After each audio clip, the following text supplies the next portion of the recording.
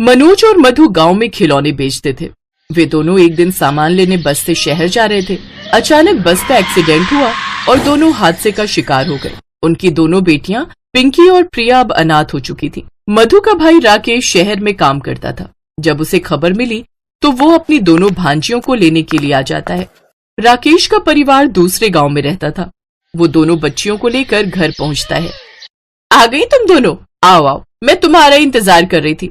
तुम दोनों यहाँ आराम से रहना। अब हम दोनों ही तुम्हारे माता पिता की तरह हैं। मामी, आप बहुत अच्छे हो। मम्मी पापा की बहुत याद आती है मामी। मम्मी पापा के जाने के बाद हम बहुत अकेले हो गए हैं। हम दोनों का मन नहीं लगता। कोई बात नहीं बच्चों, धीरे धीरे समय के साथ सब कुछ ठीक हो जाएगा। चलो अब तुम दोनों आराम कर लो। पिंकी और प्रिया पूजा के साथ कमरे में चली जाती हैं। ममता, मेरी दोनों भांजियों के लिए तुम्हारा व्यवहार देखकर मैं बहुत खुश हूँ। अब मेरी सारी चिंता दूर हो गई। अब मैं शहर में आराम से काम कर सकता हूँ। और तुम चिंता मत करो, मैं इन दोनों के भी खर्चे के पैसे भेज दिया करूंगा। तुम इन दोनों को खूब प्यार से माँ की तरह रखना। आप चिंता मत करो, आप शहर में आराम से काम करना। यहाँ मैं सब कुछ संभाल लूंगी। और वैसे भी अब तो माँ भी आने वाली है, वो मेरे पास ही रहेंगी। उनके आने से थोड़ा मन लग जाएगा। ये तो और भी अच्छी बात है। फिर मैं 1-2 दिन में शहर चला जाता हूँ। राकेश 2-3 दिन बाद शहर चला जाता है और पीछे से ममता की माँ, जो दूसरे गांव रहती थी, वो रहने आ जाती है। अब ममता का असली रूप सामने आता है। माँ, मैं स्कूल जा रही हूँ। हाँ हाँ बिटिया जा, आराम से जाना। अच्छा मामी, हम दोनों भी जाएं स्कूल? हम दोनों भी तैयार हो गए हैं। तुम दोनों रुको, मुझे तुम दोनों से थोड़ा काम है। तुम दोनों बाद में जाना। जा पूजा, तब तक तू स्कूल पहुंच। ये दोनों आ रही हैं। जाओ दोनों रसोई में जाकर चाय और रोटी बना लो। माँ को दवाई लेनी है और मेरे घुटनों में दर्द है, मैं ज्यादा काम नहीं कर सकती। थोड़ी देर बाद स्कूल चली जाना। पिंकी और प्रिया उदास मन से रसोई में जाती हैं और चाय रोटी बनाने लगती हैं। इन दोनों को स्कूल भेजने की क्या जरूरत है? घर के काम करवाए कर, तू अकेली थोड़ी लगी रहेगी। नहीं माँ, स्कूल तो इन्हें भेजना ही पड़ेगा मुझे, नहीं तो इनके मामा को पता चल जाएगा कि ये दोनों स्कूल में नहीं पढ़ रही। पर मैंने कुछ सोचा है जिससे चित भी मेरी होगी और पट भी मेरी। ममता बहुत चालाक थी। वो जानबूझकर हर सुबह पिंकी और प्रिया को स्कूल के लिए लेट कर देती ताकि वो दोनों स्कूल से वापस आ जाए और घर के सारे काम करें। अब रोजाना स्कूल देर से जाने के कारण पिंकी और प्रिया की पढ़ाई पर बहुत बुरा असर होने लगा, जिससे टीचर भी उन्हें डांटने लगी। क्या बात है पिंकी और प्रिया, तुम दोनों बहनें रोजाना स्कूल देर से आती हो? ऐसा नहीं चलेगा। अगर तुम दोनों समय पर स्कूल नहीं आई तो तुम दोनों के मामा जी को मैं खबर कर दूंगी।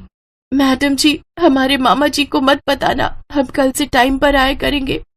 पिंकी और प्रिया अपनी मामी से ये बात कहती हैं तो वो गुस्से में आ जाती है। अगर तुम्हारे मामा जी तक ये बात पहुंची कि तुम दोनों देर से स्कूल जाती हो तो वो मेरा कुछ नहीं बिगाड़ पाएंगे। तुम ही दोनों को डांटेंगे वो, और तुम दोनों का नाम स्कूल से कट जाएगा। पिंकी और प्रिया दोनों अनाथ मासूम बच्चियां किसी से कुछ नहीं कह पाती। वो अगले दिन फिर लेट हो गई क्योंकि ममता ने उन्हें घर के बहुत सारे काम पकड़ा दिए थे। पिंकी और प्रिया स्कूल से वापस आते हुए एक पेड़ के नीचे बैठ गई और बहुत तेज रोने लगी। मम्मी पापा, आप हमें छोड़कर क्यों चले गए? आपकी तरह हमारा कोई ख्याल नहीं रखता। जब से मम्मी पापा गए हम दोनों बिल्कुल अकेले हो गए। हमारी कोई बात नहीं सुनता। भाभी हमसे घर के सारे काम करवाती है। हम स्कूल भी नहीं जा पाते। हम मामा जी को भी नहीं बता सकते। पिंकी और प्रिया जिस पेड़ के नीचे बैठी रो रही थी, उसी पेड़ के ऊपर एक जिन्न सो रहा था। पिंकी और प्रिया के रोने की आवाज से उसकी नींद खुल गई और वो पेड़ से नीचे आ गया। पिंकी और प्रिया उस जिन्न को अपने सामने देखकर घबरा जाती हैं। पिंकी और प्रिया जिन्न को सारी बात बताती हैं। दोनों मासूम बच्चियों की बात सुनकर जिन्न का भी मन भावुक हो जाता है। अच्छा तो ये बात है, मेरे पास तुम्हारी इस परेशानी का हल है। मैं तुम्हें जादुई स्कूल यूनिफॉर्म दूंगा, जिसे पहनते ही तुम स्कूल पहुंच जाओगी। इससे तुम्हें देर भी नहीं होगी। ये जादुई स्कूल यूनिफॉर्म पहनने के बाद तुम इस यूनिफॉर्म से जैसा कहोगी ये वैसा ही करेगी। तुम्हें खुद काम नहीं करने पड़ेंगे। अब सब कुछ इस जादुई स्कूल यूनिफॉर्म के आदेश पर होगा, और अगर किसी ने भी इस स्कूल यूनिफॉर्म को नुकसान पहुंचाने की कोशिश की तो उसे इसकी सजा मिलेगी। अच्छा, अब मैं किसी दूसरे पेड़ पर सोने जा रहा हूँ।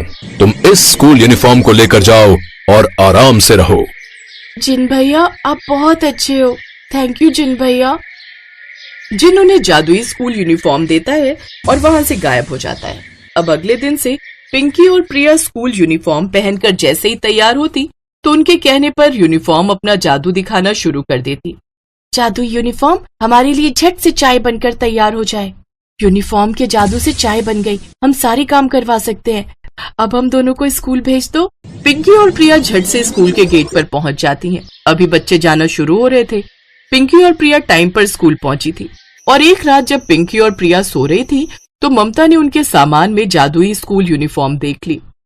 अरे, मैंने तो इन दोनों को फटी पुरानी स्कूल यूनिफॉर्म पहनने के लिए दी थी। इन दोनों के पास ये इतनी नई और सुंदर स्कूल यूनिफॉर्म कहाँ से आई? जरूर इन दोनों ने ये स्कूल यूनिफॉर्म खरीदी होगी। मैं अभी ये स्कूल यूनिफॉर्म छुपा देती हूँ। ममता वो स्कूल यूनिफॉर्म छिपा देती है।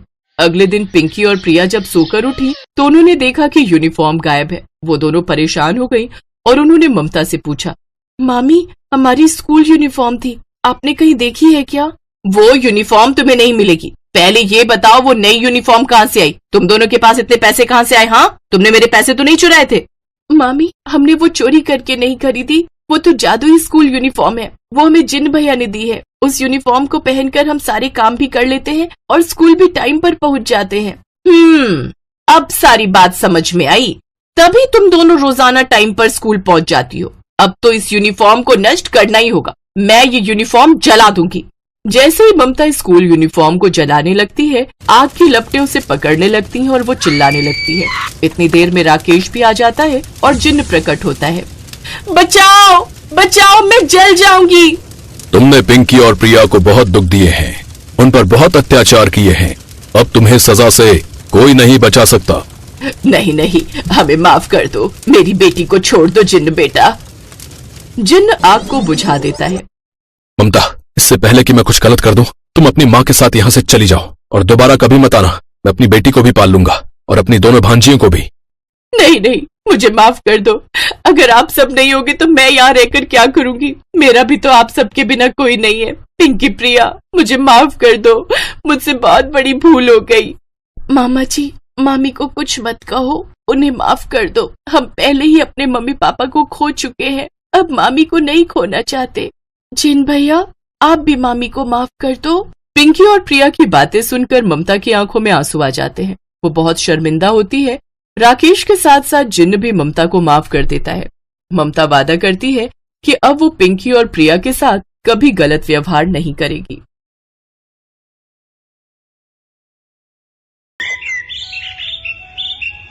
चंदनपुर गांव में पल्लवी नाम की एक गरीब लड़की रहती थी। उसके पिता एक मजदूर थे और माँ घर संभालती थी। पल्लवी गांव के ही एक स्कूल में पढ़ती थी। पल्लवी की क्लास टीचर अनुराधा मैडम बहुत अच्छी थी। सभी बच्चे उससे बहुत प्यार करते थे, लेकिन उनका ट्रांसफर कहीं और होने के कारण आज स्कूल में उनका आखिरी दिन था।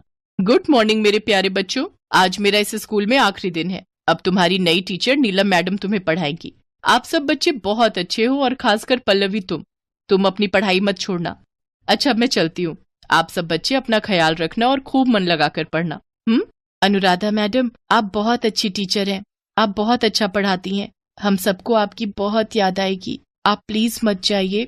हाँ मैडम, हम आपको बहुत मिस करेंगे। आप रुक जाइए ना प्लीज। बेटा, मेरा जाना जरूरी है। मेरा ट्रांसफर दूसरे स्कूल में हो गया है। मैं भी तुम सबको बहुत मिस करूंगी। अपना ख्याल रखना। Good bye. अनुराधा मैडम वहाँ से चली जाती हैं। उनकी जगह नीलम मैडम उस स्कूल में पढ़ाने आती हैं। नीलम मैडम बहुत ही गुस्से वाली और खड़ूस स्वभाव की थी। नीलम मैडम क्लास में आती है तो देखती है कि सभी स्टूडेंट स्कूल ड्रेस में थे, जबकि पल्लवी फटे पुराने कपड़ों में ही स्कूल में पढ़ने आती है। ए लड़की, इधर आ। तुम्हारी यूनिफॉर्म कहाँ है और तुम घर के कपड़े पहनकर क्यों आई हो? मैडम, बेचारी पल्लवी बहुत गरीब है। अभी इसके पास यूनिफॉर्म खरीदने के पैसे नहीं है और प्रिंसिपल मैम ने इसे कुछ दिनों के लिए छुट्टी दी है, इसलिए ये ऐसे ही पढ़ने आती है। जब इस गरीब की औकात नहीं है यूनिफॉर्म लेने की, तो फिर ये पढ़ने क्यों आती है? तुम गरीब होते ही गंदी नाली के कीड़े हो और वहीं ठीक लगते हो। अभी मैं तुझे बताती हूँ। यहाँ नीलम मैडम पल्लवी की खूब पिटाई करती हैं और उसे सजा के तौर पर क्लास से बाहर कर देती हैं। पल्लवी रोते हुए हाथ ऊपर करके खड़ी रहती है। पल्लवी गरीब थी, इसलिए उसकी नई क्लास टीचर उससे बहुत बुरा बर्ताव करती थी। गरीब कहीं की, तुझे कितनी बार कहा है क्लास में सबसे पीछे वाली बेंच पर बैठा कर? मैं तेरी शक्ल देखती हूँ तो सारा दिन खराब हो जाता है। बेचारी पल्लवी चुपचाप पीछे जाकर बैठ जाती है। नीलम मैडम का गुस्सा हर दिन स्कूल स्टूडेंट्स पर निकलता था, लेकिन पल्लवी को तो हर रोज उसका शिकार होना पड़ता था।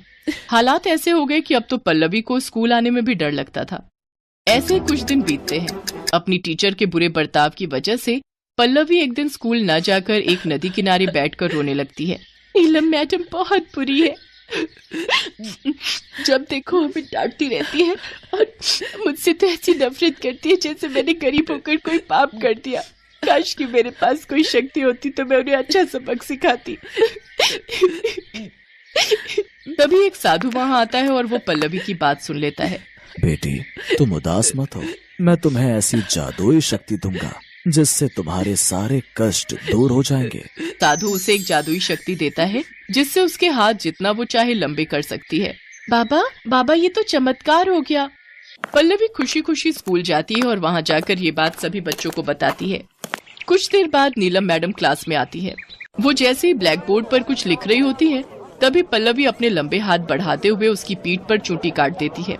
नीलम मैडम पीछे मुड़कर देखती है, फिर वो ब्लैक बोर्ड की तरफ देखकर पढ़ाने लगती है। कुछ देर बाद पल्लवी फिर से उनकी पीठ पर चोटी काट देती है। लगता है कपड़ों पर चींटी चढ़ गई है। उफ, अब मुझसे तो नहीं पढ़ाया जाता। ऐसा करती हूँ आज कुर्सी पर बैठकर आराम करती हूँ। वैसे भी इन गरीबों ने कौन सा पढ़ लिख कर कलेक्टर लग जाना है। पल्लवी की इस हरकत को देख सभी बच्चे मंद मंद मुस्कुरा रहे थे। फिर मैडम कुर्सी की तरफ देखकर कहती है, ओफो, ये मेरी चेयर कितनी गंदी है। ए गरीब लड़की, चल इधर आ और इसे जल्दी से साफ कर। जी मैडम, लेकिन उसके लिए मुझे वहाँ आने की जरूरत नहीं। तभी पल्लवी अपने हाथ बढ़ाती है और चेयर तक ले जाती है और क्लास में सबसे लास्ट बेंच पर बैठे बैठे ही चेयर साफ कर देती है। उसके लंबे हाथों को देखकर नीलम मैडम डर जाती है। ये क्या है? घबराइए नहीं मैडम, ये मेरे लंबे हाथ हैं। दरअसल हमारे परिवार को वरदान मिला हुआ है कि जब भी कोई 8 साल का हो जाता है तो उसके हाथ अपने आप लंबे हो जाते हैं। ये कैसा वरदान है? नीलम मैडम डर के मारे स्टाफ रूम चली जाती है। अगले दिन जब वो क्लास में बच्चों को पढ़ा रही होती हैं। हाँ तो बच्चों, अब कौन ये मैथ का सम सॉल्व करके दिखाएगा? अरुण, तुम बताओ। पर मैडम, मुझे ये नहीं आता। नहीं आता तो सारा दिन स्कूल में करते क्या हो? मैं तुम्हें अभी बताती हूँ। वो डंडे से उसकी पिटाई करने ही वाली होती है कि तभी पल्लवी अपने लंबे हाथों को बढ़ाकर एक हाथ से डंडा और दूसरे हाथ से नीलम मैडम की गर्दन पकड़ लेती है। बचाओ बचाओ, रोको रोको, अपने लंबे हाथों को रोको। आज ये हाथ नहीं रुकेंगे मैडम। बोलो मैडम, आज के बाद किसी बच्चे को टॉर्चर करोगी, उसे मारोगी? आज के बाद अगर किसी को भी आपने परेशान किया तो आपके लिए अच्छा नहीं होगा। नहीं, मुझे माफ कर दो। मैं आपसे किसी को कुछ नहीं कहूँगी। मुझे माफ कर दो बच्चों। उस दिन के बाद नीलम मैडम सब बच्चों के साथ बहुत अच्छे से पेश आने लगी और खासकर पल्लवी से। उसे अब वो कभी कुछ नहीं कहती। पल्लवी के लंबे हाथों की वजह से आज सब बच्चों को नीलम मैडम के अत्याचारों से मुक्ति मिल चुकी थी। हेलो दोस्तों, कैसे हैं आप सब? हमारी कहानियाँ देखने के लिए हमारे चैनल को सब्सक्राइब कीजिए और हाँ, बेल आइकॉन पर क्लिक करना मत भूलिएगा।